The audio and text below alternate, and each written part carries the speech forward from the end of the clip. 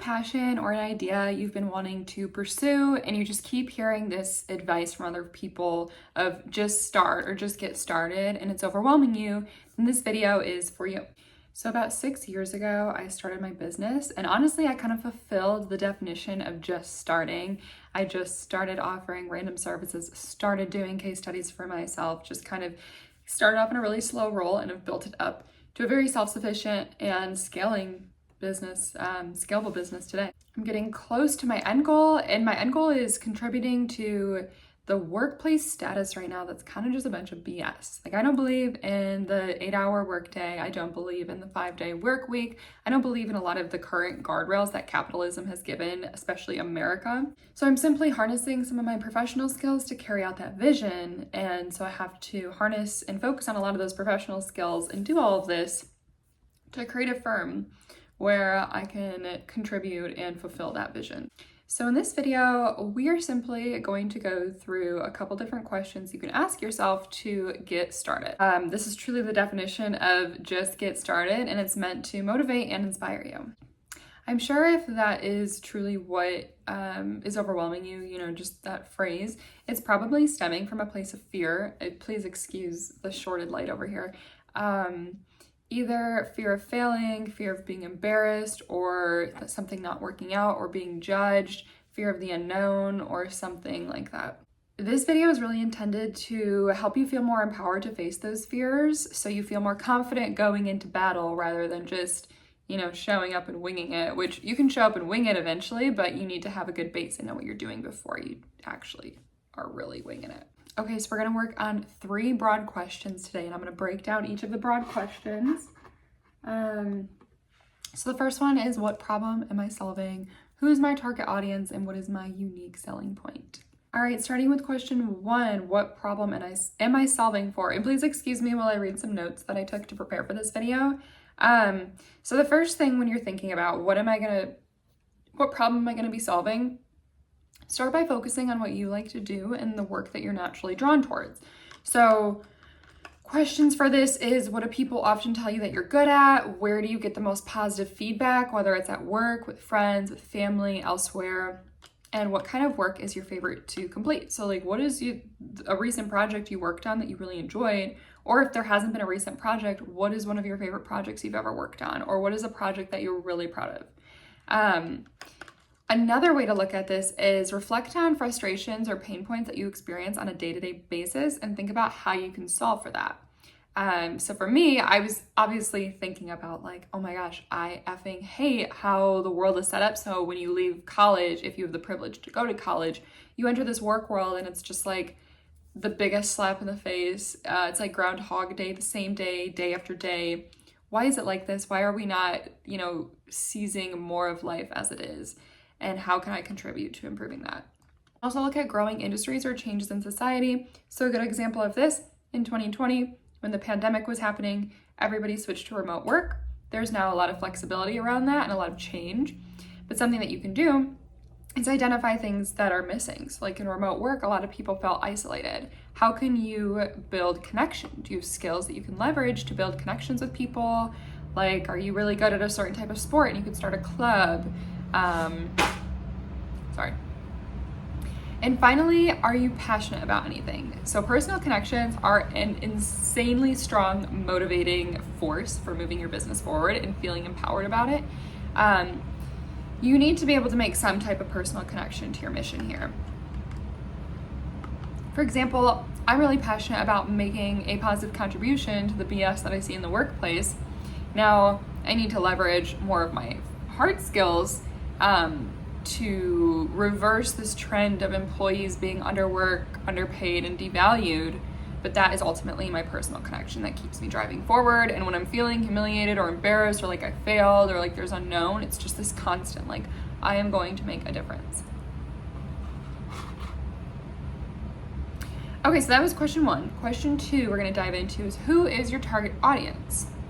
Now, note that for question 2 and 3, you might feel overwhelmed, coming into this, and a part of that might be because you didn't answer question 1. So you might need to spend some time journaling, reflecting, creating mood boards, talking to people, whether online anonymously or around friends or non-anonymously, online or offline, and get a feel for what you want to go after if you don't know that yet. So I still encourage you to listen through questions 2 and 3 so you can kind of keep them in the back of your head, but don't feel bad if you're not ready to answer these yet. You just need to go back to the drawing board for question 1 and fill that out completely before you move on to question 2, or you're just going to feel overwhelmed. Okay, so who's your target audience? You want to narrow it down to the demographics, which is like age, gender, location, income, etc. Basically putting yourself in the shoes of who you're targeting. So for me, this is kind of is multifaceted, right? So there is, of course, my vision where I'm, thinking of all of these people who are working these mundane jobs and they're feeling unfulfilled and they're feeling like they can't achieve anything in their career. They're passionate, but they just keep hitting wall after wall, barrier after barrier. But then I have to think about, okay, well, I can't fulfill that vision without a thriving business. So then I focus on my business and I'm like, okay, who needs project management services? Who needs marketing consulting services? I put myself in their shoes. I think about what my skill set is able to offer, what my current capacity is able to take on. And from there, I'm like, okay, I want to target COOs. I want to target CEOs. I want to target businesses bringing in 5 to 10 million in revenue a year. I want to target small to medium businesses, bringing in that revenue. I want to target people in the manufacturing, technology, healthcare, e-commerce industries. You can also, the pain points that you're thinking of, you can put them into things like TikTok, Reddit, Quora, and see what people are responding. And a lot of those people will be anonymous, but you might be able to get some demographic information based on who's contributing to those. Like, are they boomers? Are they Gen Zers? Are they millennials? Are they zillennials? Whatever it might be. The next part about target audiences is thinking about habits and preferences. So thinking about how they spend their time, what their values are, what they prioritize on a day-to-day basis. This gets really important when you start to make your value proposition, your selling points, when you start to go out and try to find people to buy the product, service, whatever you might be offering. And then share your idea with people who you think fit your audience, and then ask for honest feedback. So if you are really afraid and feeling overwhelmed, I fully think do it on a platform like Reddit, do it anonymously, gather information, people will give it to you, the good, the bad, the ugly. If you're anonymous, you're gonna feel a lot less humiliated, a lot less embarrassed, and a lot less afraid, which is half the problem of the internet, but that's a conversation for another day. But what you're doing is harmless, it's just market research. And if you don't want to do it anonymously, more power to you. I think that's incredibly brave, but truly it doesn't matter if you do it anonymously or not, because you're just gathering information. You're not really going to act on that at all. All right, so the final question for just getting started is thinking about what's going to make your offering unique. So the first thing I would do is start with competitors, research similar businesses, take what you want to do, Google it, TikTok it, throw it in the YouTube algorithm and see what other people are doing. Throw all of the URLs of their YouTube channel, their website, their Instagram, their TikTok, whatever it might be, their Reddit profile into a spreadsheet, and then start analyzing them. You can even upload that into ChatGPT and be like, tell me what their similarities and their differences are, or how is this person differentiating themselves? Leverage AI, make it easier on yourself. If not, manually do it. There's strength in both, right? Or there's value in both, I guess I should say. And then really look and see, like, is there something missing? Where can you fit in here? So let's say that, maybe you have an idea based off competitive research, and maybe you're like, I still don't feel like I have my differentiator. So then you need to consider your own personal strengths, because you definitely have personal strengths that set you apart from others. So that might be unique skills, unique experiences, mindset, resources that you have at your fingertips. So and your differentiator could also literally just be your passion, your transparency with your audience, your vulnerability. It doesn't have to be a hard skill. It could also just be something about you that makes you so much different from all the others. But you have to find that, it can be a journey. So, do your best to start doing things for the business, whether it's posting on social media, reaching out to people, building a website, writing a blog, sending email newsletters, because you'll learn a lot along the way as well, and your business idea will probably evolve with you. The final part, when answering the question of what makes my idea, what makes this unique, is the emotional connection. We touched on this a little bit earlier, but you have to think about your emotional connection, style, or quality to your audience. And like, you want to get people excited about you. And if you think about influencers, people get really excited about them. You know, they want to become them. They want to be like them. They're feeling motivated by them. What is their differentiator? Is it their personality? Is it the way that they present their content? Is it the way they edit their content? And of course, this is not all just for people who want to do content for their idea. Content's just a really, really easy example.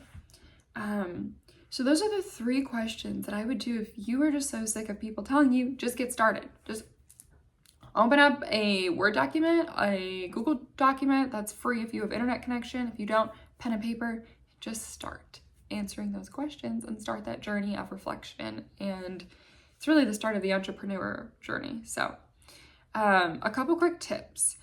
So first off, start small. So if you have a lot of different ideas and you're like, I don't know which one to pursue, choose the one that is the cheapest to pursue and the smallest. The others, it doesn't mean that you are putting them away forever. You're still going to be marinating on them, right? But you're going to take the one that's the easiest to execute on and start down that path. And as you start down that path, you'll quickly realize whether or not you should continue down that path or you should change course. The other tip is passion and profit. So as you're following, you know, if you really choose the passion route, you have to consider what is also profitable, because you have to eat at the end of the day, right? Like, you need the roof over your head, you need the food on the table. I have a dog and a cat. They also need to eat. They need a roof over their head. Make sure that there is demand, and you will be able to figure that out as you go through the competitive research, as you go through all these questions. If there is absolutely no demand, then it's time to pivot a little bit and maybe just put in ChatGPT, like, give me some adjacent ideas to this business idea, and start exploring those. It doesn't have to be a full 180. You know, you can just tweak it a couple degrees maybe. And finally, experiment. So just try different versions of your idea. I always recommend doing it as a hobby or a side hustle before you fully commit. I did it as a hobby for 4 years before fully committing and taking it full time, going all in. And that's even a little bit fast sometimes. You can expedite that. Like, I know in the age of instant gratification, we want it right now. So by all means, if you can make it happen faster, go for it.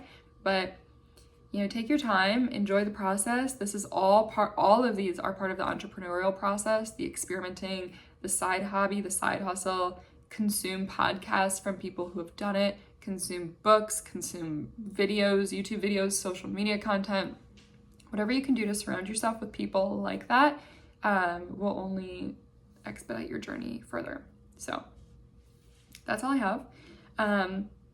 I hope this was helpful or even decreased your fear or your anxiety around just starting by even 1% or 0.5%. If it did, I would love to know. I'm happy to use my comment section as like a discourse around ideas. I would love to contribute. I love conversations like that. And if you want more content like this, subscribe. As of right now, I'm posting day in my life vlogs once a week, and then an educational vlog or an educational video such as this one time a week as well. But I am in the stage of experimenting with my YouTube channel. So we're in month 2 of an entrepreneurial content experiment, and it's been fun so far. I've been enjoying the journey. So anyway, I'm gonna go. Have a great rest of your day. And if you watched all the way through, thank you so much for being here. Bye.